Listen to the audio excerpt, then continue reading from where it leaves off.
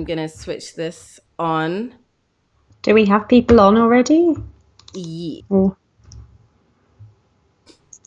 So I just have to switch the scene because I already set this up for our IGs, and I'm adding you, and we're all in, and we've got 17 people live with us right now. Hi, everyone.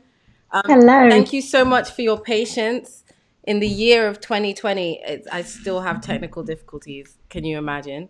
Yeah, I will tell you the truth, which is that Blessing is notoriously late to absolutely everything. No, I actually had to set this one up, but okay, cool. So basically, we have had questions in from people on the Google Forms, which has been really nice, and we also have, our own things that we wanted to talk about. So I am just gonna. Where is my phone? Okay, I wanted to let the good people on Instagram know that we're on live. And yes. Hi, Freda. Can everyone who's here just say hi and welcome my special guest, Aqsa? And I'm really excited. Hey, Susanna. Yeah, everyone just comment, say hi, and let's introduce ourselves. Hi, Diana. It's really nice that so many of you are here. Hi, Ramesa. Hi, everybody. If you just bear with me a moment, I'm actually going to grab my phone, and so I can tell everybody on Instagram that we're live right now. In the meantime, I will keep you all company. Yes, in the meantime, keep saying hi and welcome yourself to Aqsa. Hi, Thank Caitlin. you. I appreciate it. This is my first live stint. I'm not someone who's as social media savvy as Blessing. So learning all my tricks from her. And particularly at a time when I'm starting something up. So that's useful. Hey, Mass. Hey, Jess. No, actually, you're doing really well. And like, you've really embraced it all, especially in these times. You've really been really proactive about just like grabbing the social media world with both hands. And I'm very proud of you. Oh, thank You're you. a podcaster. You've been podcasting. You've been doing everything. Getting some feedback on my first podcast. That was good. Feedback? Yeah, I mean, I ask all my friends and the ones I trust and such to listen and give me honest feedback. And yeah, it's been, I think everybody enjoyed the first podcast. It was quite heavy for some because it was about female genital mutilation. I don't start soft. I, go in with a bang with something. Yeah. That's, many said quite gruesome, but, such a powerful story. And some of the feedback was that even for a layperson, some things were a bit too complex. So if you really didn't know anything about FGM, you wouldn't have known about certain laws that had been passed or the fact that the first case was ever prosecuted just end of 2019. So, yeah, those are things that I need to keep in mind, that I am not only making podcasts for people who know about these issues quite well, and they're the people who are probably going to share them, but also people who have never been exposed to these issues potentially before. So keeping in mind the fact that you're making content that's going to be accessed by people basically from whatever intimacy with the law, so they could have absolutely completely person all the way, but then they still need to. I feel you with that, because that's a challenge I find when I'm doing my podcast as well, is that, so I'll pick a topic, and what I try and do is, in order to make sure I ground myself, I try and find what's been trending that week or whatever on Twitter. And then I'm like, okay, if I frame the conversation this way, then people will relate to it and they will understand it, because this has been what they've been talking about all week. And then I just try and root it in there. But I'm really proud of you for your first podcast. And where can people find all of your podcasts and stuff like that? Go on to www.humanrightspulse.com and you can find everything there, from articles to podcasts. And, we've got some new exciting projects starting soon. Yeah, all the podcasts are there for now. We've only got one that's published. There's another one coming out this week. And that one will actually be quite interesting for those who are just curious about what the project is. So it's a podcast with my co-founder, and we sit down virtually via Zoom and talk about Human Rights Pulse and how it started, what our expectations are, where we see it going. Yeah. That's really good. So before we get started and get into all of the good stuff, if you are watching this on Instagram, the live is not happening on Instagram, but I've been very, very nice to you, and I've put a link to this YouTube live stream in my link in bio, and it's only going to be up there for a few more minutes. But if you want to come and join in, the link is there, and you can come and join in and come and watch Aqsa and I on YouTube, because we're going to get into the conversation now. So bye everybody on Instagram, and join us over on YouTube. Click the link in my bio. Bye. I always have to do that because the people on the good people on Instagram love to not come online when they should be. Right. Oh, Instagram have changed, and now you can only share your videos to IGTV. How odd. Well, there you go. Well, maybe we've kept everyone waiting for 20 minutes. So how about getting into some of the questions? Yeah, we're gonna get into the questions. So, before that, Who's our audience? who's our audience? So we've currently have 21 people with us. So hi everyone who's here. And everybody who has joined us has expressed an interest in human rights law or just wanting to learn more about human rights. And if anybody in the comments just wants to keep us updated over who you are, what stage you are in your legal journey, are you studying, are you prospective, and then it will help us when we're answering questions and stuff like that. And you've introduced Human Rights Pulse a bit, and you've talked about the podcast and the work you've been doing with it. But I was just wondering if you could just, in a nutshell, tell us what Human Rights Pulse is about, and where it started and its aims as well. Yeah, so gosh, okay, let me give you a brief overview about what Human Rights Pulse is, which is this platform to create content and almost democratize the human rights field. And when I say democratize, I don't say it lightly. I mean that to make it accessible, to human rights to be something that everybody can talk about, as long as you have an engaged and informed point of view to write about. One of the things we are focusing on at the moment is growing our writers base. So we've got writers from all around the world now. So, today I just had new writers one from Japan and one from Morocco. Wow, all over the world. Yeah, literally all over the world. And it's very small and piecemeal, but the goal is to really grow this in truly global international platform that can be used as almost a hub for international human rights practitioners, whether that's lawyers, experts, aspiring students, NGOs, etc., for them to be able to come and find reliable content written by other students, experts, professionals, etc. So right now we've got current affairs that we do, which are mainly written by students or young professionals. We've got legal updates that are written by lawyers / late law students. Late in their studies, not dead law students. And we've got community contributions, which range from anything from, someone writing poetry about human rights issues to photo story, like photo journaling about some sort of issue. So our last photo journal, the photographer had traveled pre-coronavirus to the border of Serbia and Hungary, and took incredible photos just about the conditions there and the life there, and he wrote a sort of story about it, which we published, so that was awesome. And then the community contributions also encompass just topical issues and people's interpretations or ideas about them. All encompassing. Just started the podcast, as we've already mentioned. That's been a massive hit so far, so that's quite cool. I think in our first day we had 500 downloads. Hey, that's such good. That's numbers. I haven't checked since then, so it's been 2 days since it's been up. So it's slow, it's small, but it's growing slowly. So I'm quite proud of it. That reach is really amazing to see, and it just goes to show that what you're creating, there's a demand for it and people want it.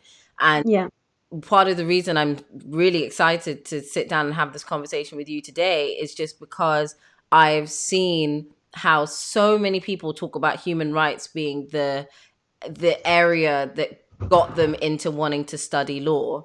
And you and I were talking the other day, and you were mentioning about how it's just a generally important thing for people to be on top of and aware of. And Yeah.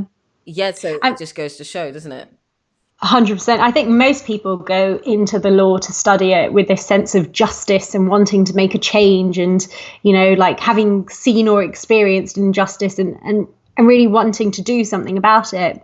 And obviously that changes depending on your interest throughout law school. I know you, for example, started loving property law. I still I love know, property laws. yeah, I Hey. don't. Yeah, whereas, I actually quite liked equity towards the end, which, I'm never going to be I a actually kind chancery of like lawyer. equity, equity's not so. Yeah. Yeah, I don't know how I ended up doing well in the exams, but it's not a passion at all. And I really found that niche that I am committed to this field because of the reasons I came in, and I want to stick with those reasons, which does unfortunately mean I won't make a lot of money. But I'll have a lot of a full heart, so to speak. You feel Um, fulfilled. yeah, but as we also spoke about the other day, it is important for everyone to be apprised of what human rights is. Mm. Everyone talks what is human rights, what is human rights. I mean, everyone should sort of know that it's something that is all encompassing. It's the basic rights and freedoms that belong to everybody from birth to death, essentially. So it matters for everyone, it's relevant for everyone, and we should all be aware of what's happening, here in our hometown, in London, in Senegal, in South Korea. We should know the sorts of issues that are going on affecting mankind, And essentially. I tweeted the other day, I was sharing Human Rights Pulse articles just on my Twitter, and I said, it reminds me of my role as a global citizen. I need to be mindful and aware about what's going on in places that aren't where I live. And that's a really important thing that I need to do. And sometimes you can sort of not stay in your bubble, but stay in your bubble and maybe focus on, okay, what's going on here, but then actually what happens internationally affects you. And it's important for all of us who want to be mindful, who want to be aware, who want to know where to put our support and what we can do from our own countries to actually try and help other people abroad. And I did a youth outreach event last year, October time, and it was really amazing for me to see these kids who were in like year 10 and 11 trying to get petitions signed, and trying to raise awareness about um, just raising awareness about things that they live in London, and yet the things they were campaigning for were happening on the other side of the world, and they were still Yeah. doing that. And that's what I think is really important, and I loved that energy. So before we get into the first question, which I think really fits with what you were just talking about, I just wanted to give everyone who's commented a shout out, because people have updated us about where they are. Right. I Simran, can't see any of the comments, by the way. Is there a oh, way I can? you, I don't think I can share them with you, but I'm adding them to the broadcast right now. Right. So this is Simran. So she's starting law at University of Nottingham this year. So shout out to her, and look. Hope you're looking forward to starting your legal studies.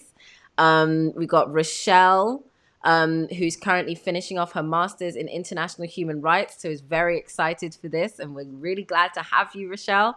Um, I see them now. Oh, Got you them on see my them? phone. Good Yeah. stuff. And then we've got Frida. I've just finished GDL at University of Law. Clap for you for finishing the GDL.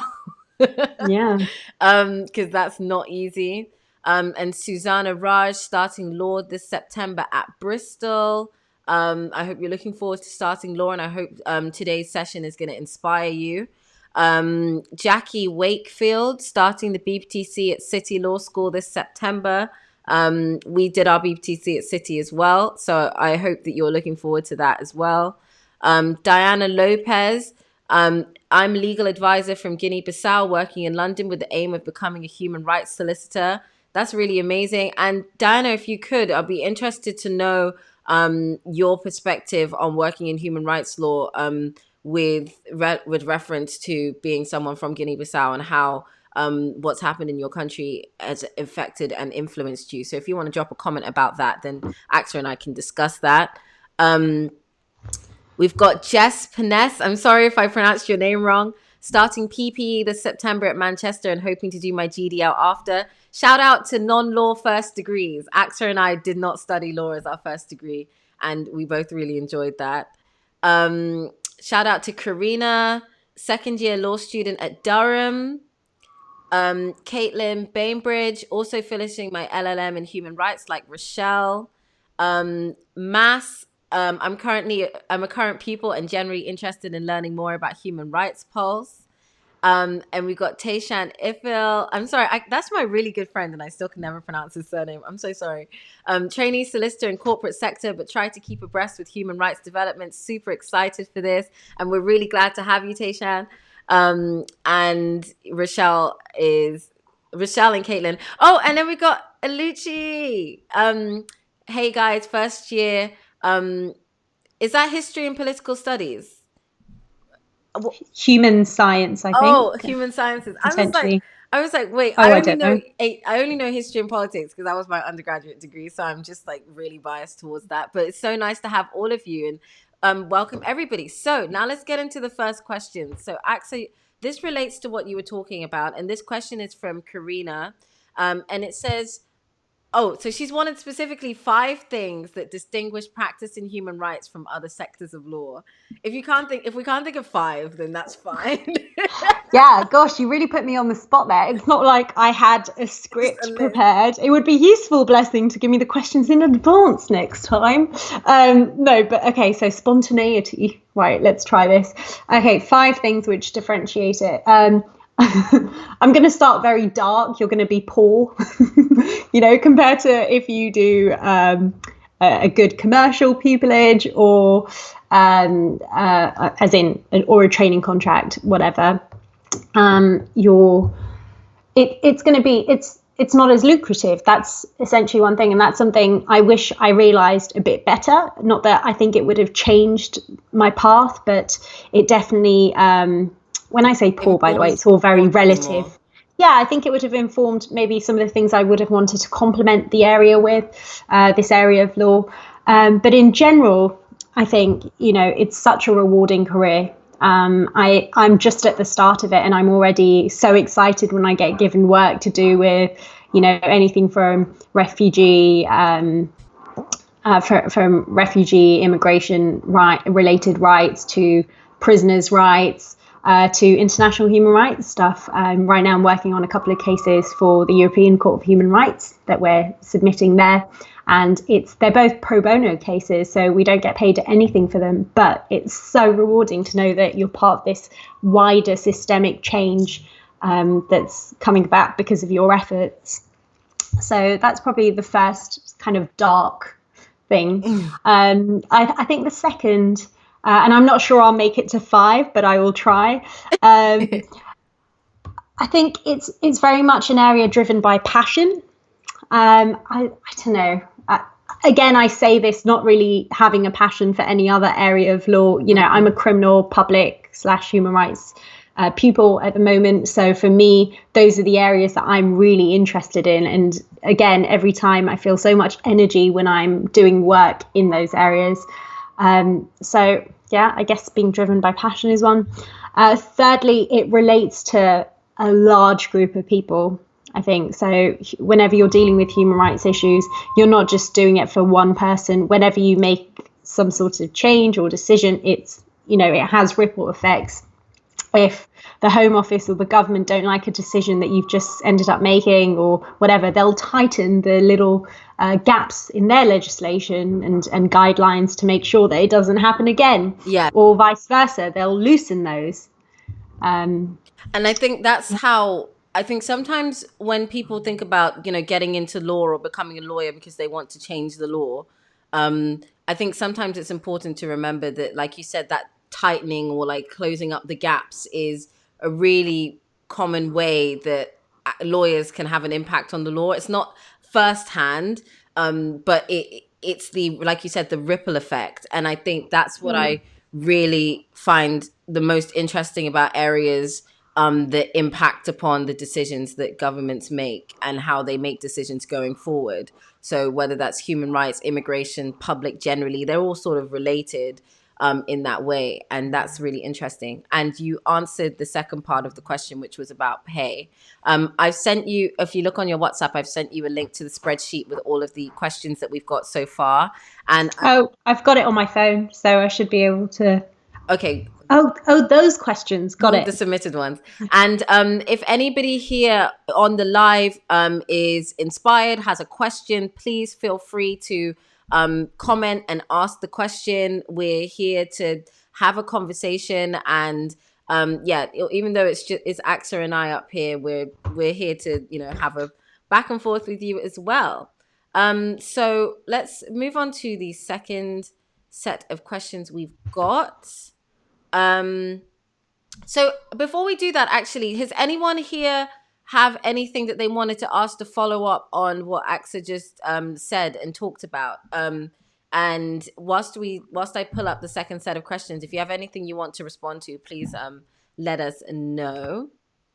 Yeah. I think one thing I'll add is that, also in human rights law, often you're dealing with international agreements and conventions and such, which is quite exciting because it really makes you feel like the work that you're doing is not just impactful here in the UK or in London or wherever you are, but really across the world. It can be, used as some sort of precedent almost. I know yes.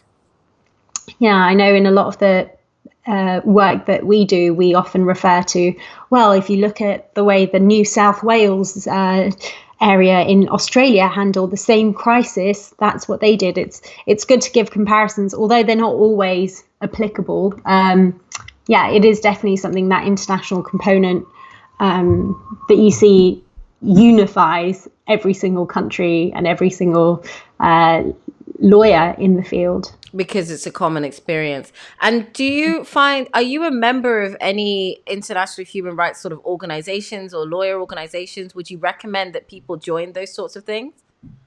Yeah, definitely. I would say get on into them in LinkedIn and Facebook. Often you've got to have your foot in the door in the profession to be able to get into those groups. So you've got to fill out some sort of form that proves your commitment to the field, and plus the fact that you're already working there. I think they don't recommend or they don't want students to just clog it up, which is, I think, unfortunate, because there should be a place for students to be able to see what practitioners are doing and discussing in the social media space. But anyway, I'm a member of, in the UK, things like the Human Rights Lawyers Association, I've got membership at the International Bar Association, Justice, Liberty, etc.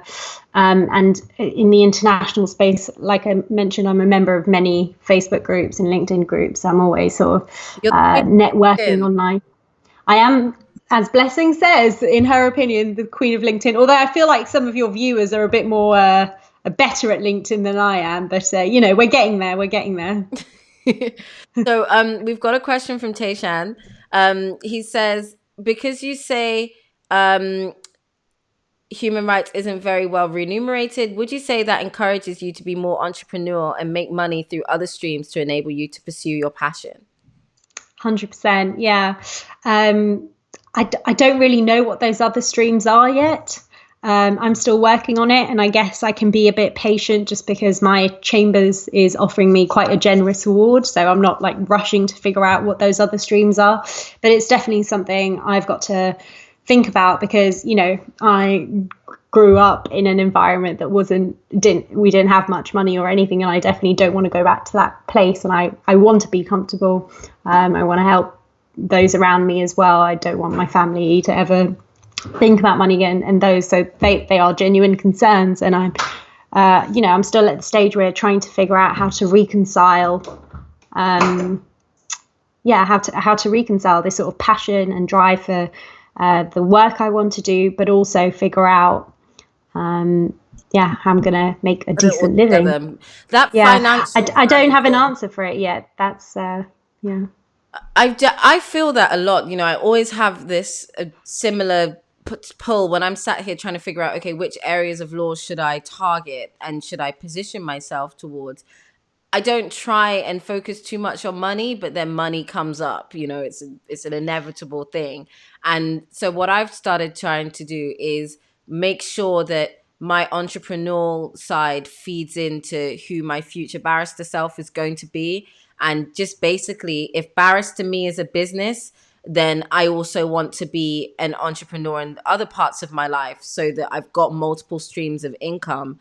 And I definitely have talked about as well, you know, using my online platforms and monetizing those and doing things online to support me and to create a second stream because like you mentioned, having a really good pupillage award is an excellent thing, but for a lot of people in working in other areas of law that are legally aid funded, they can find themselves struggling a lot, and financial impact of working in these critical areas like human rights, family, immigration, crime. They're the ones that are the first things you think about when you think about justice and protecting citizens and individuals' rights.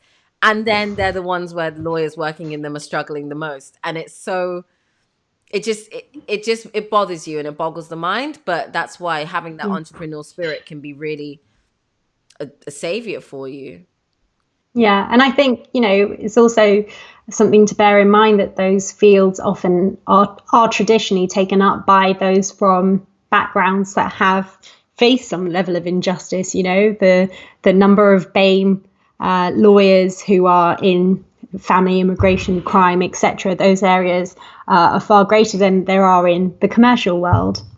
And yeah, perhaps there's a reason for that, because maybe they've, first-hand experienced injustices or seen them in their communities, etc. But, it shouldn't be this perpetuating cycle that if I decide to do one of these areas of law, that I'm also not going to be able to make a decent living. So I mean, it's a struggle. Still got to figure it out. And when I have answers, I will let you know. But I like what Blessing said about, really honing in on your entrepreneurial spirit. If you have that, if you have skills like, I don't know, if you can graphic design on the side or learn how to make a website, or I don't know, stuff like that. No, that's really Practical true. skills. And Yeah. a lot of And chambers. I No, carry on, carry no, I lost my train of thought. I was just saying that a lot of chambers offer their pupils and members training and support to actually manage themselves like a business. And that's something that I'm really, really looking forward to having access to when I am in the chambers. I want to get that sort of insight into how I run my barrister self like a business, because I feel like when you look at social entrepreneurship, there are a lot of resources and there are a lot of things explaining how you can be an online creator and monetize yourself and so on. But then in the legal space, it's quite challenging to figure out how you're going to do that as a self-employed person working in the law. But thank you so much for that question. And as always, if there's anything anyone wants to ask to follow up, please feel free. So I have pasted in the next question that we've got. And I've just put it there on the live broadcast. And this question is from Serena. And it says, what can lawyers in England and Wales do to help with international legal situations / human rights, such as Islamophobia in India or anti-LGBTQ plus laws throughout the Commonwealth? Yeah, really good question. So I guess the first thing I would think of is that, the first thing that springs to mind is everyone who goes into the law has a voice that they are willing to use, right? They're willing to advocate for issues, whatever those issues are. They're willing to advocate for people. They're willing to tell stories. That's what we as lawyers want to do. That's why we go into the profession. I think, your voice is so powerful. Lawyers are respected in society for a reason, and you should be using that, whether that, English lawyers, international lawyers, etc. Even if it's not part of your core practice, I would, still engage with issues, even if it's on a pro bono basis, which often it will be, because you are dealing with charities or, marginalized people who don't necessarily have the funds to pay you to advocate for them. So if there are issues that you're passionate about, like you mentioned, Islamophobia, find out what those different organizations are, different not even organizations, maybe even activists that you follow on social media and stuff, and ask them, how can I get involved? What do you want me to do in my capacity as a lawyer? I can help you. I've just recently joined the advisory panel of MEND, which is basically a charity that focuses on tackling hate crime in the UK and focusing primarily on Islamophobia and the way that British Muslims are perceived by, I guess, the police, the media, etc. So, that's something that people reached out to me for. I was like, absolutely, in my capacity as a lawyer, I'm more than happy to help with that. I'm also involved in many other, advocating for many other issues, because I feel like I can, even though my platform isn't, millions and millions of people. Yeah. And it's still enough that once you get the ball rolling on social media, you really can reach people. For me, it's about awareness. It's about persistence in being an advocate for these issues, and just, giving a voice to the voiceless, really. So get involved, write about it. If you're passionate about an issue, write about it on Human Rights Pulse even. But just keep the conversation alive. I think that so many of these issues, the conversation just, unless there is some giant catastrophe, and only if there is some catastrophe does the conversation come back onto the radar. How many people are thinking about the Uyghurs in China, or, the Amazon rainforest, or, all these issues that are fundamentally human rights issues, but we're not really thinking about them because there hasn't been such a disaster yet. We should still be talking about them. And it's an out of sight, out of mind thing. And I really love that you mentioned that. I remember last summer when I was researching a couple of videos for my YouTube channel, it was around the time that the Blue for Sudan online social media campaign started happening. And I remember thinking about how impactful it was that people were creating their own sort of like threads to educate their own communities. But when that was replicated en masse, it was a really fantastic thing to see. So even if it's going into, like you said, taking that first step, contacting people, how can I help? And then once you figure that out, everyone's got influence, even if it's a small amount of influence. If it's huge, we've all got platforms. And so that really showed how just a few people being able to get the message out saying, this is what we're doing, this is what's going on in our country, help us. And then everyone amplifying that. That's how you can find yourself keeping conversations alive after the initial flash bang has faded away. And that's something that I think that, I would also recommend for a lot of people, if you do want to stay on top of something, that you on apps like Instagram and Twitter, you can actually follow a topic. So I would suggest and recommend to you that you perhaps follow, if it's if you want to look at, so just taking the question, if you want to look at Islamophobia, you could follow the topic of Islamophobia. Then what Twitter and Instagram will do is they will start to show you real-time highlights of when those topics are becoming trending topics at different parts. And then obviously supplement that by following platforms like Human Rights Pulse and making sure that you are looking up extra information, just being proactive and mindful and amplifying messages. That's the best way I would say you can, like Aqsa said, you can keep the message going and help people by using your voice. So thank you so much for answering that. Yeah.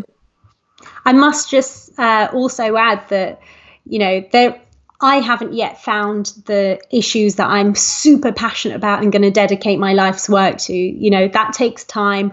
I'm sort of exploring everything. I'm, involved as much as I can. I'm, as Blessing said, following as many hashtags as I can, refugees, women's rights, children's rights, water, any sort of thing that I'm interested in or I think is interesting. I'm following it all.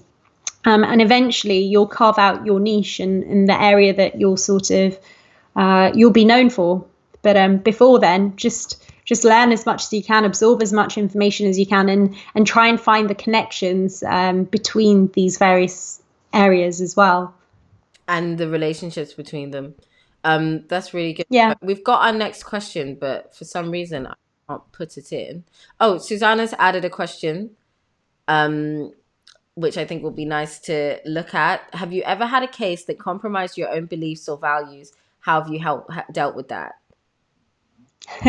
So I also do criminal law. And yeah, often you've got to defend, people who aren't, Not great. yeah, they're not great. And that's just the reality. Or, I mean, I also know in public, I remember having to draft some pleadings draft some arguments for people who are, sorry, I'm trying to get my words right without sounding really offensive. Basically, people who want to be released on parole, etc., but really are such troublemakers, and still you've got to advocate for them to be released or to get bail in, whether we're talking in the criminal context, etc. And yeah, it does. I mean, I wouldn't say it compromises my morals, just because I do really believe in that fair trial point. Everybody deserves a fair trial. Everybody deserves for their story to be heard. But yeah, sometimes it makes you a bit uncomfortable, maybe. And that's just the reality of it. If I sit face to face with somebody who, which actually I think was my last case before the coronavirus started, I was with my supervisor, and the client was this guy who had, I think, just downloaded so much, child abuse photos and such, and we just had to sit there and look at him as he sort of denied it all. And I don't know, you just feel quite uncomfortable, a bit gross, but you ultimately believe he'll have his day in court. Our job is to defend him. It's other people have to, the prosecution have to bring the case, and in the end, whoever's got the better evidence will win, so to speak. And that's the interesting part about being a lawyer that will always fascinate me, about how when it comes down to the court process, it's whoever's the best at the adversarial process within the rules that we've got, and whoever's got the best evidence wins. And you sort of have to remove yourself from the situation and just get a bit objective. And it can be hard sometimes. I've had that when I think about working in public law, and then, acting for the government. For a long time, I was like, I don't know if I could do that. And then you sort of have to separate you from it and be like, okay, I'm an officer of the court. It's just my job. Yeah. And I need to do it well. And ideally, we get to a point in our careers when we can choose a bit more, be more selective about the cases that we take on. But in the early days, the reality is you want to get as much experience as you can. When I'm doing crime, I will be both prosecuting and defending. Yeah, that doesn't mean, I'm an arm of the government, or I'm, an arm of defendants. I'm trying to get as broad an experience as I can, and doing both sides gives you insight into how the other side thinks, really. So in the end, if you do end up specializing in just, as you said, blessing in just government work or just claimant-based work, you are able to, have insights that you gleaned from doing work on the other side. And have that insight and the ability to choose. And I definitely find it interesting to see where, once people have got to the more experienced point in their career, how they are like, I could never act the other side. Like, they sort of just get really, they develop themselves into a particular area. Yeah, and you also get known for being a specialist in an area, and then it's almost quite difficult to change because you're being instructed on those matters. That work has formed part of your identity then, and that's what people go to you for. Yeah. Yes, that's true. So thank you for that question, Suzanne. That was really good. Diana shared some comments, but before we get into those, let's get into our next question. I am going to try and be look at that. We can be edgy now. I love this app. So the next question here is from Jessica, and she says, do you think human rights is an area of law that is reserved predominantly for those who have been born into an elite section of society and thus already have advantageous networking opportunities and links? basically, do you think the saying, it's not what you know, it's who you know, is particularly applicable to human rights law? Absolutely not. I am quite the contrary to that altogether. I might look quite, put together right now with my little hoops and shirt, You but look good. no, not at all. I mean, that I don't think, as I mentioned at the beginning, these sorts of areas are generally, there is a greater proportion of minorities, those who have also themselves faced injustice, being in these areas as opposed to being in commercial corporate, that setting. That being said, I think the legal profession itself is the one that you should be, thinking about more so, because it's very difficult without connections. That's the reality, to get work experience, to get to be able to get your foot in the door, essentially, to know what to do. I was almost, I was a fish out of water when it came to figuring out how to navigate the legal profession. I didn't even know what pupillage was or training contracts at the beginning of the GDL, and suddenly, had to figure it all out. And really, use the help of friends who I made during the GDL, which I made during the GDL, but also just constant research online, trying to figure out, how am I going to get my first mini pupillage? How am I going to get my first thing? I have zero connections in the field. Yeah, sorry, 1 second. One moment. I just have to mute myself for a sec. Okay, no worries. I'll keep talking. Yeah, so you're not on mute yet. I can't. Yeah, it's Brother, not going on mute. can you leave now? That always happens over Zoom or Skype when you're with family members. I often have my little niece running around, and I'm just like, no, put the baby away. So this is her nap time. Right. And so this is, I was basically saying that, you need to make sure that you are just pursuing those opportunities. It doesn't matter whether you have connections or not. And I don't think human rights is reserved for a field, for people who have those connections and have that elite status. Often, I don't think they'd be able to relate to some of the injustices going on. That being said, like I said, it isn't well remunerated. So, yeah, there is a likelihood that if you are slightly wealthier, you'll be able to last in the profession longer.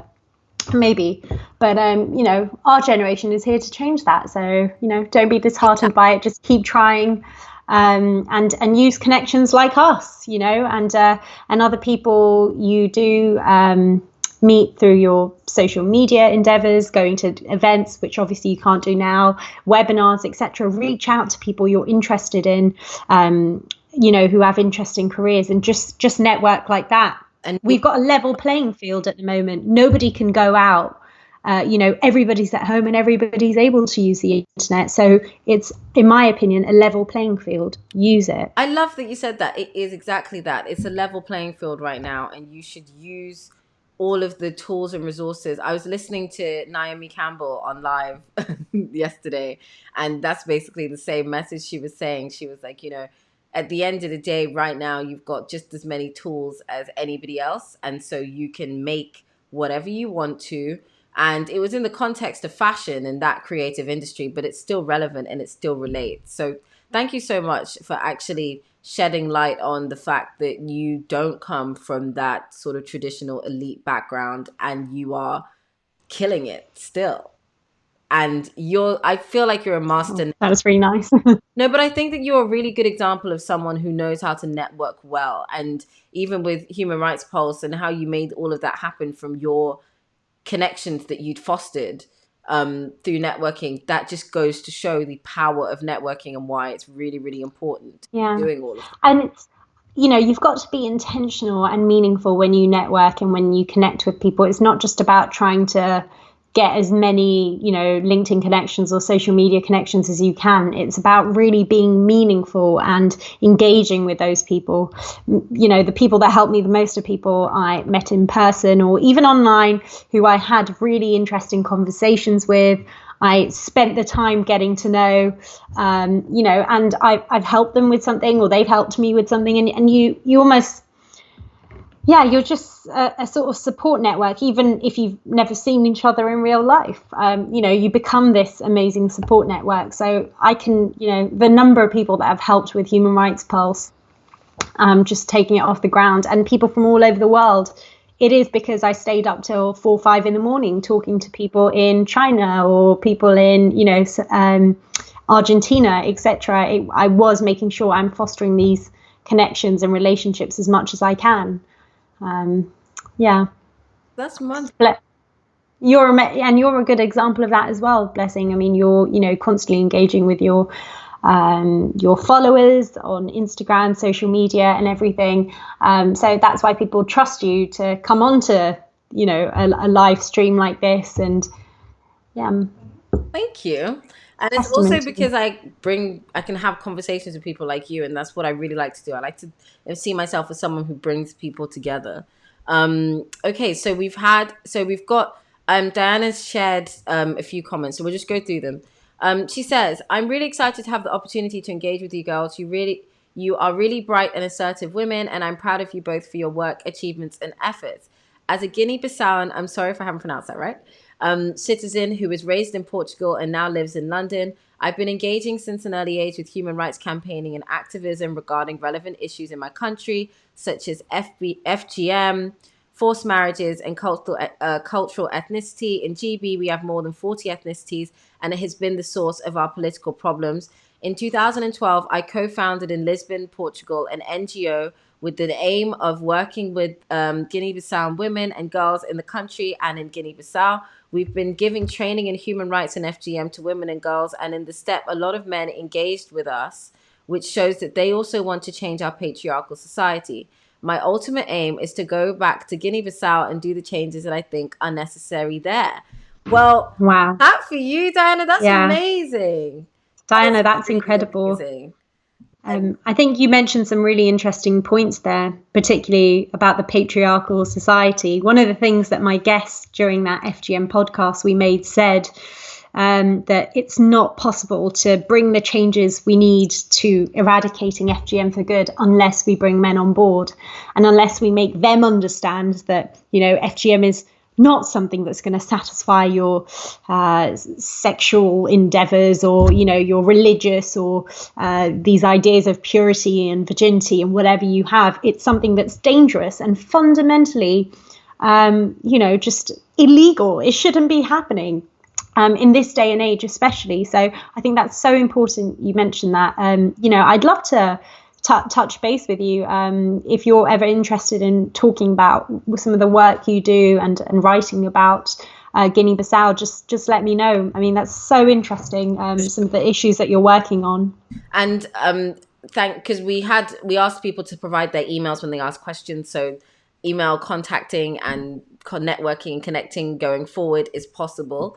And if anybody who has been involved and who has been connecting with each other in the comments, if you do want to talk with each other some more, you can go because everyone here is subscribed to the mailing list. So once you've subscribed to the mailing list, you get an invitation to join the subscriber area where I've got a forum where people can connect with each other, share contact details in a sort of secure space and talk to each other. So if you want to carry on talking to each other going forward, there is a way to do that. I just wanted to share some responses that we had to people to our questions. So Simran, you're both killing it and making this profession accessible for us change makers. Thank you so much. Oh. Really sweet. We really appreciate that.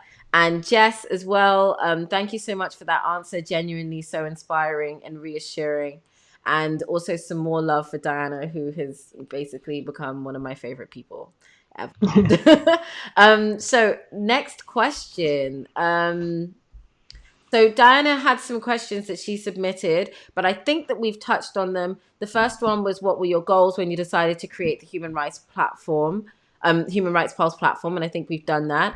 And we've touched upon this one already, but I thought maybe it might be nice to recap. So Diane has asked, in your opinion, what are the main skills to become a successful human rights lawyer? And I think with your background and your experience already, I think you're already showing many of them. But perhaps for everybody, if Aqsa, if you wanted to maybe just touch on just some key skills and attributes that you need to have. Yeah, I mean, I must say I'm still figuring them out. Remember, I'm still very early in my career, and I'm getting stuff wrong all the time, but also knowing what works for me and what doesn't. I think one of the things that I have going for me is that I acquired quite a bit of diverse experience before coming into this world. Not just experience in the legal sector or in the human rights field. I've worked in cybersecurity, I've done strategy consulting, I've done international development based stuff. I've started up various different organizations to do with entrepreneurship and volunteering, etc. at university. So I really have always had this hands-on proactive approach. I think you've got to have that mindset to becoming a human rights lawyer or any type of lawyer. You've just got to have this go-getter attitude, because opportunities aren't going to drop into your lap. You're going to have to go out and get them. Make your luck. You've got to make your luck, but you've also got to, don't be so blinkered in the way that you approach that. Be open to different things. Human rights law, to be a good practitioner, you've got to not only be able to, you've got to look at the wider picture, right? We're not just dealing with the UK, we're dealing with the European Court of Human Rights and their jurisdiction, we're dealing with international treaties, we're dealing with obligations that states have said that they're going to fulfill and simply don't. That's what human rights is. You're challenging the government or government regional bodies, etc., for their lack of adhering to human rights regulations and laws. So, you've got to be creative, you've got to think outside the box, and having this wider knowledge, I think, is, outer perspective that's not just law is quite important. And I love, because you've talked to me a lot about that, getting a diverse range of experience and allowing different things that you've done to pull in and inform the kind of lawyer that you're going to be. And you've touched upon this as well, but I was wondering if it's also perhaps explaining how there's two things I think are quite unique to these kinds of areas, because I'm interested in public law as well. And that is the idea that your cases might be long, and it may be a very long time until you actually see any kind of result or movement. And the second thing as well is resilience, because you talked about it a bit we talked about it when you mentioned cases that may not stand with you morally, but the idea that you're looking at, like you said, looking at pretty grim content and actually being the kind of person that can not let that take over you. And I've been paralegaling on an inquiry looking into very serious child sexual abuse. And one of the biggest things that they emphasize to us is making sure that you're regulating your own well-being and giving yourself the opportunity to step away from the material. And I can only imagine when you're working in a human rights practice, and if you're supplementing that with other work like immigration and crime, that can be heavy, like really heavy to take in and absorb. And perhaps that's also an important thing people should consider when they're looking into human rights, is that, do you think that you would be able to manage yourself, I don't want to say emotionally, but your emotional response to things, and have you built up that resilience over time by doing other things and getting used to that? You know what I mean? The pressure. Yeah, I guess pressure is definitely something that's so important, for any area of law. There are some things that are undeniably characteristics that you need for all areas of the law, and that is, as Blessing mentioned, this resilience. You need good people management skills. You need good time management. These cases do often go on for sometimes years and years if you're doing strategic litigation, and you don't want to start prepping things right at the end. You need to be working on this throughout, and to know how to do that. I guess, what you're alluding to also is having this thick skin, because of some of the issues that we come across and deal with. I've seen some really gross stuff, really harrowing stuff that's, quite upsetting. But I'm very good at compartmentalizing, which, arguably isn't very healthy either. But I have my ways of release. I have my ways of coping that I've developed over time.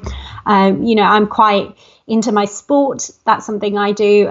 So for me, I can have the worst day in the world, and then I go to, the gym where I train, and all is great in the world. So it's you've got to find your own way. You've got to find your balance, but you cannot be somebody who lets these things that you see or issues, like, you can't take them to heart. You've got to look at things objectively, and see them. How am I going to approach this as a lawyer, not how am I going to approach this as a very emotional human being? Because then you're not going to have, the analytical, rigorous way of looking at things that you should. The separation from it. And I also want to encourage people that you can actually start doing that now. So a lot of people who are interested in human rights law have talked to me about they're active online, getting into, I don't want to call it arguments, but getting into arguments online. So if learning how to stop, pause, distance, and practicing that sort of mindfulness with your interactions with people online when you're talking about very hot and tense topics can be, in my view, I think that can be a good way to actually start preparing yourself for what you're going to be doing in your career. And also, I don't know, be careful when you get into those intense conversations online. They can follow you around for a very long time if you say the wrong thing. Nowadays, we have seen the impact of social media. You say one wrong thing, as I've said, it will follow you for ages. So be careful with that. That doesn't mean you're not assertive with the things that you're passionate about and interested in, but don't go, rubbing people up the wrong way. There's just no need for that. It's all about staying civil, and true to your image, which is, if there are issues that you're passionate about, keep advocating for them, but in a manner that's sensible and not offensive or hostile. Be informative more than reactive. You know what I mean? Don't be hostile. Simple. So people don't listen, they switch off, or everybody suddenly becomes a keyboard warrior, and then there is no productive conversation there anymore. So exactly. I mean, engage with these conversations, have them, start them, etc. But just don't get carried away, I guess. And I get all sorts of I think I told you this, Blessing, as well. I've recently been getting some really nasty messages on Twitter, Instagram, and LinkedIn. I guess some of the content we produce, we publish on Human Rights Pulse, is quite contentious, to the point where, people will send me things like, you deserve to die for writing this, and lots of foul language as well. And it's like, it's all right. I literally couldn't give two craps, and I'm simply not going to engage. I block and I move on. Like, I report, block, and move on. That sort of, profanity and just hostile, that's not good for anyone. And honestly, those people shouldn't be on social media at all. Exactly. They shouldn't be. And first of all, I'm really sorry that you've been receiving all of those things. And secondly, I really think that's perhaps a really important thing that maybe isn't talked about enough, that being active, we talked about continuing the conversation and amplifying people's voices. As soon as you start posting about things that need to be amplified, there can be other people who don't necessarily agree with you. And just being mentally prepared to report, block, delete, report, block, delete, report, block, delete. Construct your social media. And, with pretty much all of my Instagram pages, you can't comment unless you follow me at least. That's like a first barrier to randos from like coming onto my post. And I just have a swift policy of delete, block. I just don't engage. Yeah. And that emotional disengagement, I think, is a really important skill to learn. It's so important. Yeah. Yeah. I mean, you've also got to differentiate between, is somebody being hostile with, a good point that they're making that I should engage with, or is it just for no Hostile. good reason? They're just being horrible people. So, I mean, you've also got to calculate that and such. But it's a skill and you learn it, and you should. This is the world that we live in. So learn to engage with it, learn how to figure it out. I took, gosh, it took me a while. Like I used to get really upset when I would be online and people, and then I just learned, I just went into Twitter and I muted words, I muted phrases, I muted accounts, I blocked accounts. Yeah. Now when I go on my Twitter, it's just like a nice feed of things I like. I don't see anything I don't like. I don't see anybody I don't Yeah. like. And it just makes me happy. And then I just put out all of my, when I talk about things that are important to me, the people who are seeing it are the people who actually care. And we're having a good back and forth. And it's Yeah. healthy mindfulness for social media. If you are going to be pursuing your career in human rights or anything contentious or involving, I think can I say political issues? Yeah. Yeah, because political by nature. Human rights is political by nature, right? Yeah, so Yeah. anything involving political things is gonna put you in a position where sometimes people are gonna not take the view that you take, and therefore, so I try and do this thing sometimes when if I do see something and I just know I need to reply, rather than allow them to directly attack me, I just provide a link to some informative resources. So I'll be like, Interesting. Yeah. I'll say something like, actually, there are disproportionate deaths of Black and ethnic minority people in police custody. Here's a link to the report produced by X government agency. There. Yeah. Don't argue with No, me. that's so, yeah.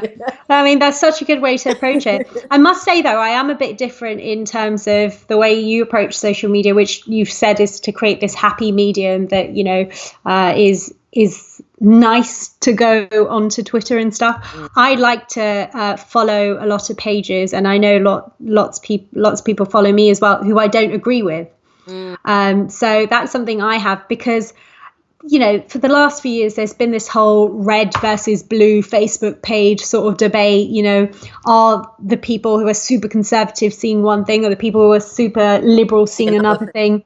Yeah. And my thing has always been, I want to know both sides of the coin.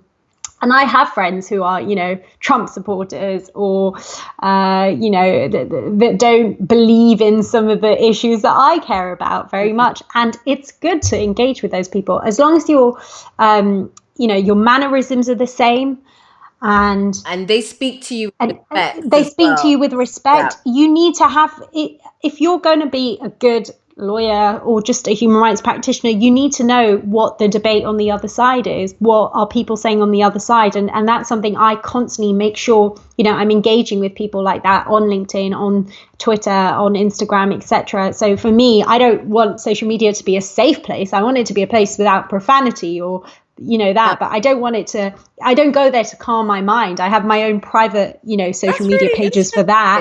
I like Yeah, that. I use it to get information, like information. So whether that's both sides of the spectrum, for me, it's not this, it's not to fulfill my personal, I guess. I see that because then you go on, you have a purpose, you know what you're looking for. I think I used to do that, but then once I realized that actually, like you said, I do want to spend a lot of time.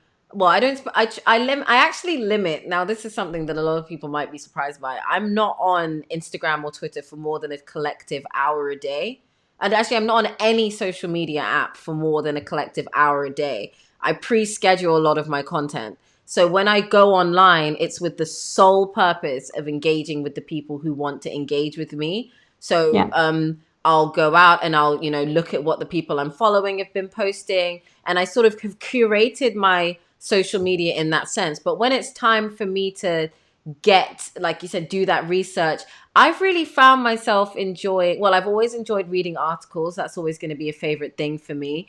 But I also particularly like going on YouTube and watching people having in lives like this, having discussions and reading the comments.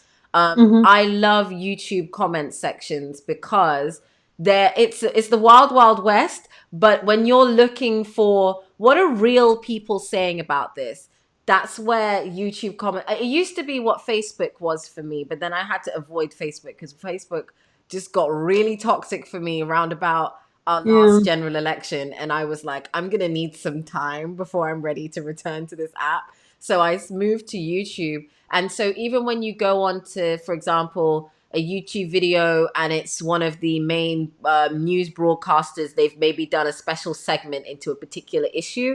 I'll genuinely sit down with a cup of tea and I will just scroll through all of the comments and just get a picture of what are people saying, because most of the time people watch a YouTube video and just comment and then that's it straight away. That's just their thoughts. And I like to do it that way because then I can have a sort of third party look at other people's conversations and arguments, because I think when it comes to you're much more, I don't know how to explain it, but well, you're badass, so you're much more comfortable with just like going straight into it. And but with me, I'm like, the second somebody starts speaking to me with a disrespect for my personhood or my intelligence, I Yeah. shut down. And I'm just like, honestly, even if you were making a good point, the very fact that you're disrespectful, I can't. So I find with Twitter, a lot of people just don't have any like manners or decorum.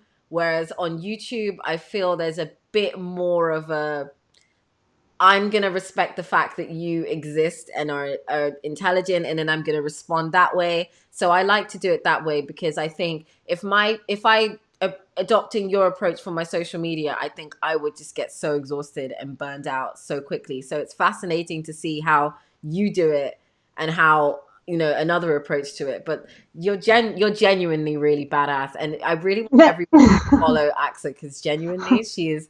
Don't know about badass. You're so Oh, cool. cheers, I'm mate. always, I'm always singing your praises for that reason. You're fearless, and that's why you're going to be such Thank you. a good lawyer. And this is why this area is clearly. Oh, you all need to find a friend like Blessing who's always going to hype you up. I see myself as professional hype women.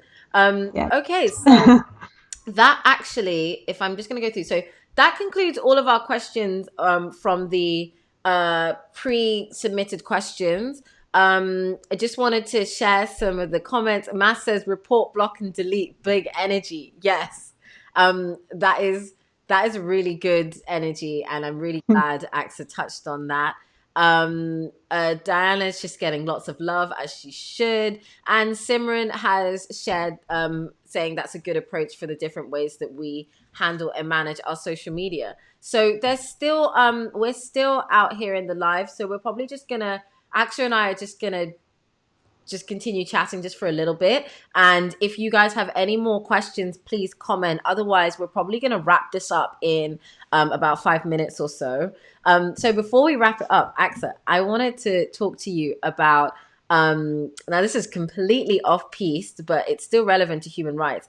Do you find yourself finding learning different languages or knowing different languages to be a very helpful thing for you in your human rights career? Yeah, 100%. So as in like oral languages, Yeah, right? yeah. I don't know. Nowadays we've got Python and R and all that crap as well. I did start a computer coding course Oh, she in the first codes. week of lockdown. Yeah, it lasted like an hour, Yeah. and then I But just you did died. it, and that's what counts. Yeah, exactly. I signed up. I started. Listen, during high school, I loved languages. I learned French. I learned Spanish to quite a high level. I also did them during A levels and then a bit in uni. And then I worked in countries. I lived in Paris for a bit. I was in Argentina for a bit. And yeah, I just sort of worked in that environment, which was quite cool. Obviously, over time, it deteriorates if you don't use it. But Yeah, if you don't use them. but it's still so useful to have. When I was in New York and I was at the UN, which was really cool, just last summer, I was networking and talking to people. And it was so useful to be able to do so in French and Spanish and English. And it's just courteous if you can speak to somebody in their native tongue. Sadly, I don't know Arabic, Russian, and Chinese. You'll But, learn this time. I think this time, yeah. But I think once you learn one language, you learn the structure of learning a language and it becomes easier. And I do think if you want to go into the international space, like I do, you do need to become proficient at a language in legalese as well. So, I should be able to say Your Honour in French and as much as I can in Spanish. How do you speak to colleagues? Absolutely, yeah. That And the formal stuff. Whereas now I can have great conversation and banter, even maybe in French or Spanish, but that's about it. I love Spanish. I needed to learn French. No, but I wanted to ask you that because I remember, you're always helpful for French translations. So, no, but that's something that I think that a lot of people should think about, that they maybe hadn't considered. If you do want to work in human rights, by virtue of it being international, what would you suggest? If I say start with French, do you think that's fair? Yeah, I don't know. I think Spanish is a bit easier to pronounce. Yeah, Spanish is the best. Yeah, because French, you miss out half the letters in a word. So now they don't know what you're saying anymore. I always find with French people, I get scared because if I pronounce their language wrong, they're just like, let's just do English. Because yeah, I mean, you got to find the right French people as well. Miss them are, not as. I think the idea of the French stereotype is that you start speaking, they'll recognize your English and they'll just go into English straight away. I don't know. My experience was different when I lived in Paris. Everyone was so excited that, oh, look at her trying to speak French. And I was like, do not speak to me in English. Like, I refuse. You're banned. Like, yeah, I will not answer you. So, yeah, that's how I got better at French. That's really good. No, I would really encourage, if you are thinking about human rights, just learning a second language. If you don't already speak a second language, it can be a nice way for you to just be ready, because I definitely saw when I was looking for internships after the GDL, I was, trying to find things to do, and it was always French speaker, French speaker, French speaker, French speaker. And I was like, or second language preferred. And I was like, I can speak Spanish, but I never learned legal Spanish. I learned going to Spain with my girlfriend's Spanish, which is not the Spanish that I need. Cerveza, por favor. Yeah, cerveza. But that wasn't the Spanish that we needed. Yeah. Okay, so Karina's asked a question on the employed bar, which we'll answer. And unless somebody gets a question in by the time we're finished with this one, that'll probably be our last one, because Aqsa and I, I have a 3-year-old brother that wanted a sandwich about 2 hours ago, and Aqsa's got things to do as well. So let's answer this question and then we'll wrap it up. So, what are your opinions on the employed bar? Do you think it helps with building experience before entering the self-employed bar?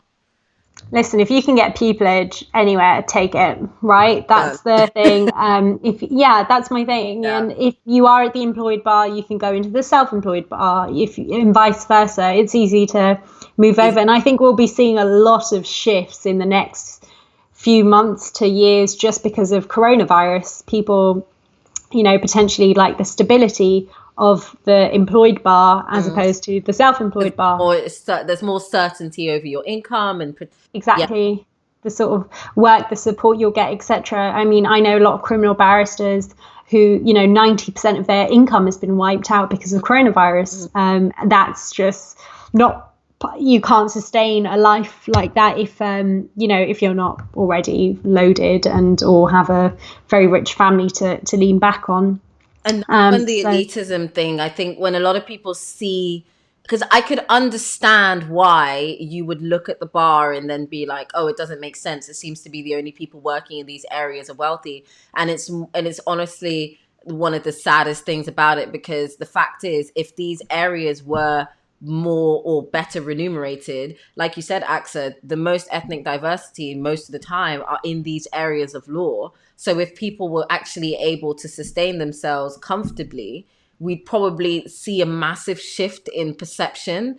And that money thing, it's one of the things that irritates me the most about the bar profession, how you could have different areas of law with massive disparity in income, and people who would be like, I would have done crime, I would have done human rights, but I had to eat and pay a mortgage.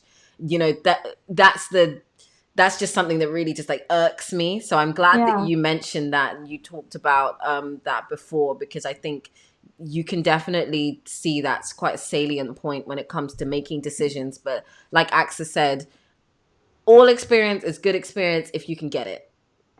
Yeah, 100%. And I'll be very honest with you guys. I am seriously considering the sustainability of me in this profession, whether, if things continue the way they are, am I going to be able to continue at the criminal bar? I've got a great pupillage award now, but that runs out in October. After that, am I going to be able to have a decent line of work? Am I going to be able to continue engaging with the public or human rights stuff I want to do, and also be able to finally get my own apartment, even if that's rent, there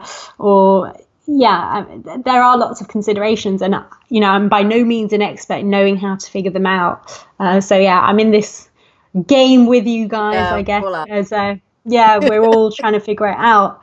I guess the best we can do now is just try and recognize that it is a level playing field in terms of everybody having access to the social media stuff, and use that to your advantage. Attend these webinars online, do online courses. Aluchi, you just asked about the languages. Yeah, definitely consider learning a language online as well. It's just important. Use this time to build your skills. Skills building, exactly. Yeah. So Aluchi asked an extra question. She just said she wanted to know what you were doing in the UN and if you want to work for them in the future, and how would you go about that? Do you want to answer that here, or do you want to have that conversation separately directly with her? What do you feel? I can quickly allude to it now, because I think most people in the human rights world want to engage with the UN in some way, just because it is that international mechanism that allows you to do that, to deal with these issues on a very global level. So that, has in a way always been a dream. I'm not sure if I would 100% like run over and work there now if I could. I mean, if I'm offered a job, maybe. But it's. I think once you're in it, you're in this massive bureaucracy, and that's something I struggle with. I don't like politics. I can't be bothered for it. Yeah, I want to do what I want to do. I don't want to, have to answer to 1,000 people before a tiny, we add a little comma in a document, so to speak. And I think. What was I doing there? I was on a human rights law internship, actually. So I was sort of almost seconded to the UN. So we were doing some work for them. And I attended the high-level political forum on sustainability as well. That was a 2-week thing in the UN, and various other events. So I mean, it was such a cool experience. It's such an inspiring environment to be in, just because it is truly international. That's what's so beautiful about it. I think just, again, how would I go about doing that if I wanted to get, for somebody at your stage, just try to build your CV, get as much interesting experience as you can here in your home turf before kind of expanding out. We're already in conversation, Aluchi. I've still to reply to your extensive LinkedIn message, so I will do that. And, I'm more than happy to guide you through the process as well. And anybody else who wants to get in touch, feel free to connect on Twitter, on LinkedIn, on Instagram. I'm really accessible. I think most people will tell you in terms of responding. Really accessible. She's really, really good. And I'm always just really just proud of you, because you spend so much time actually giving out. And so before we wrap up, I just, thank you. But before we wrap up, I just wanted to emphasize that point. Aqsa's not kidding when she says that she started this process on the GDL not knowing. And one thing that you and I talked about a lot was just how difficult it was to just get that information. And I remember starting Blessing at the Bar just before we started the GDL was definitely birthed out of that same sentiment that you felt and interacted with. Sometimes when you're trying to just learn about the bar, you get hit with a brick wall. And I know sometimes people might be might not understand, why would, especially someone who's not a pupil yet, why would I want to spend so much time trying to help and educate other people. And it's honestly, and actually, I'm sure you can relate. I spend the majority of my time helping people with the basics. Nothing crazy complicated, just the basic information. What is a Mhm. mini pupillage? What is a pupillage? What is a chambers? What's an in of court? How do you pick one? What's the BPTC? How expensive is it? How long is it? Yeah. You would Very essential things that none of us knew when we We started didn't this know. process. You just sort of, Yeah. I was lucky because I wanted to do this when I was a kid, so I'd read a few books. But even then, I remember going to the Inn of Court for the first time and I was like, Hogwarts? Like, I just didn't Yeah. know what it was No, for. 100%. I think blessing at the bar is, everyone who's on this live stream will know that it is an excellent resource for you to figure out this profession, especially in your early days of navigating it. And blessing, you're doing an amazing job just sharing your journey, which is full of highs and lows. You've won Many lows. incredible, yeah, you've won incredible moots, but you've also, you say you haven't got pupillage yet, but you are constantly working at it. And what you're showing is pure resilience. You're putting yourself out there, you're making yourself vulnerable, and you're showing people that there isn't a straight path. It's not as you click your fingers, you get into the profession. There is hard work, there's persistence that comes into it, and I think you're an excellent example of that, and obviously an inspiration to many people, so including myself. Thank you. Well, Yeah. you inspire me too, and I loved being here. I made a comment online on one of my tweets just to say that um you you always inspire me, and I'm proud of you because you're fantastic at anything it is that you set your mind to, and everything that you have created with Human Rights Pulse and that you're going to go on to create is purely from your own ability to be like, I want to get this done, I'm going to pull it together, I'm going to make it happen. Your existence in the bar profession has come from that same energy. And what I really want people to take away from seeing this conversation that I've been having with Aqsa, and if you've just been introduced with Aqsa, this is why I want you to follow her and engage with her, is because she is by definition like a self-starter. She is exactly what you want. And I love having her as a friend because she doesn't really suffer fools. And I think we could say in our friendship, we don't really spend a lot of time on like, woe be unto me. Like, we're always like, okay, what can we do? What's the next step? How do we Yeah. move through this like situation? And I mean, let's also not lie, we also cry about boys sometimes and yeah, family, that's so nice. That's like, we split it. We have a good amount. It's like serious legal conversation and why are men mad? It's yeah. great, but we Sorry have to all the everything. boys out there. I'm not sorry at all. Um, Your viewers. oh yeah, sorry to any of our male viewers. You're great, and we really Yeah, you guys are good. The rest are, yeah. yeah, the rest are not our faves. But yeah, thank you so much. And everyone, as you can see here at the bottom of the screen, you've got Axe's Instagram and my Instagram. So follow us, engage with us, follow Human Rights Pulse. It's Human Rights Pulse on Instagram and Pulse Human on Twitter. And subscribe to the mailing list. Yeah. Yep, we have a mailing list. Subscribe to the mailing list so you don't miss any of the posts. Simran says, lol, you feel us. But yeah, thank you so much, everyone, for attending. This has been amazing. Sorry about the beginning and running around, but we got there in the end. And yeah, I really have loved this conversation I've had with you. And, you're going to see Aqsa all the time. We're always in each other's comments. So we're, we're always out there Yeah, doing listen, it. it's all about women supporting women at the end of the day. And also, good guys who support women in their endeavors. We're late to the game. We're a few centuries late, right? This is our time to shine. So Yes. let's support each other, comment on each other's stuff, work, Yeah. share each other's stuff, and just help each other in whatever way we can. Great stuff. Thank you. Everyone's just saying thank you. Thank you, everybody. Thank you, Aqsa. And I'm going to end the live now, but I will post this all on social media and stuff like that. Antonia, thank you for your message. Thank you, everyone, for attending this event. And I just really had a great time. I was really excited for it. Karina says thank you as well. And yeah, we'll see you guys soon. Bye, everybody. Yeah. Bye.